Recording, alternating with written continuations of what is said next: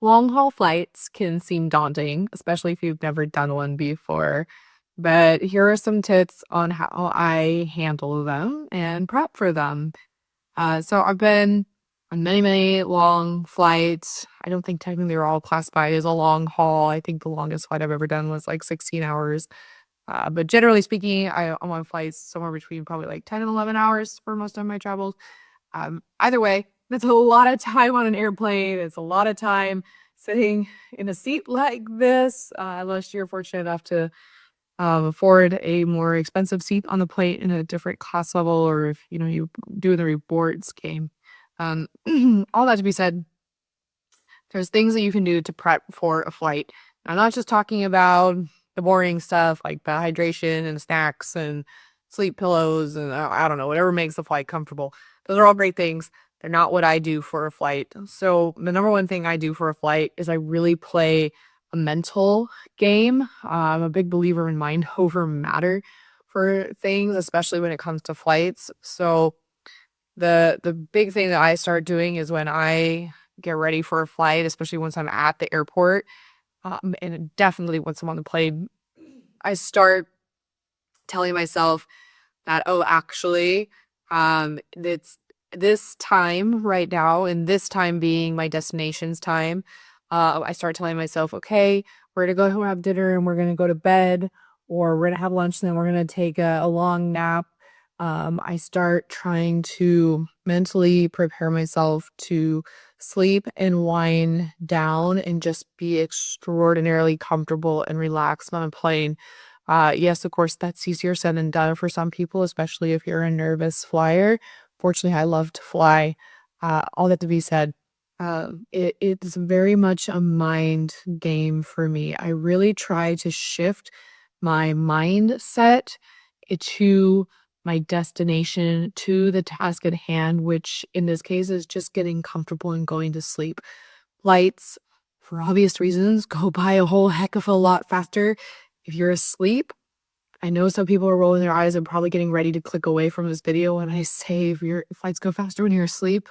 Because yes, not everyone can sleep on a plane. Sleeping on a plane is difficult. I understand that. I am one of those people who, like, when you put a baby in a car to have it go to sleep, you put me on an airplane and I go to sleep. I've had times where I was asleep before we left the runway. I've had times where I was asleep until we landed and didn't realize we were landing until we were on the tarmac and I was jarred awake at landing.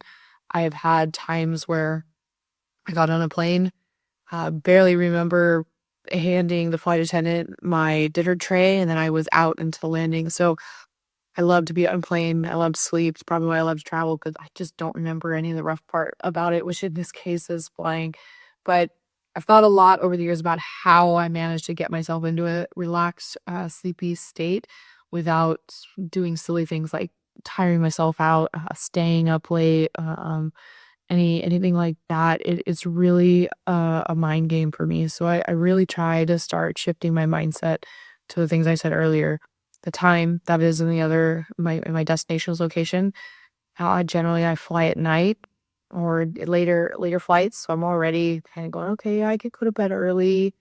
And I tell myself we're gonna go to bed early, and that's because right now it's I don't know, like 2 a.m. and we're super tired and I just ignore the light that's coming through the window. I laser focus on the interior of the aircraft and I just start to get a relaxed state to go to sleep. So first thing I do is mental preparedness, mind over matter.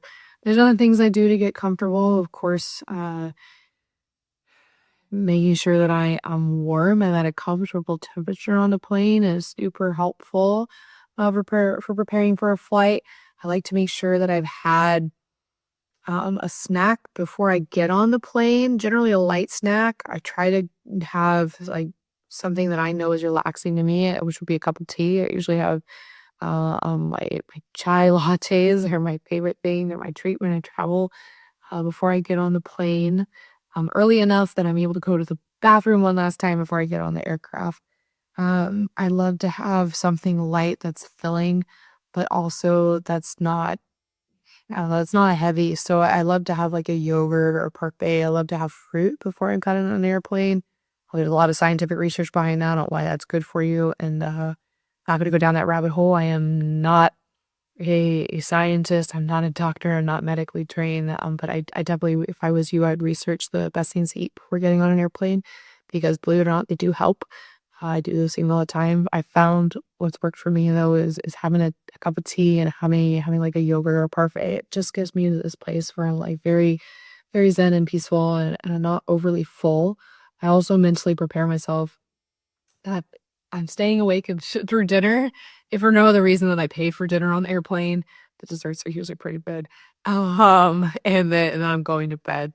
So I do that before a flight as well. I usually call someone and just talk. I try to decompress. I try to let go of everything that's led up to getting to that point. If you're new here, I live at least a 4-hour drive from the nearest major airport, international airport. So generally, my travel day by the time I get on the airplane has been at least 8 hours, if not more, which probably helps contribute to wanting to go to bed by the time I get to the plane.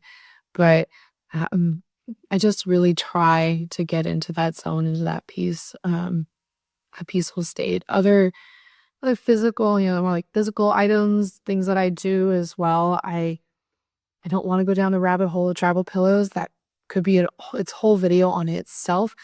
You can imagine I've tried a lot over the years. I have tried going without travel pillows. It works, but it's so bad for you. I've tried, like I've never actually tried those, like, U-shaped neck pillows. They don't make sense to me ergonomically, but I've tried, like, a turtle pillow, which works pretty good. I've tried inflatable pillows, which are interesting. I've tried using those with coupled with the airplane pillow or coats or scarves, and, none of them ever really worked. The number one pillow that I've found that works for me, cannot recommend it enough, is I forget the brand name, doesn't matter, I'll just describe it to you. I'm sure you could Google it and find it. If I remember, I'll link it below. Um, it's a travel pillow that's actually a mask that straps to the head seat of the plane seat. So you're like you've got your mask on and your head is being held upright, and I've used it on quite a few international flights now. Best 20 bucks I ever spent. I go straight to sleep. I am so comfy. I'm out. My neck doesn't hurt when I arrive. So the pillow is a huge one. You gotta find the pillow that works for you, and if you're thinking, "Well, how am I gonna do that without getting on an airplane all the time?" Use it in your car.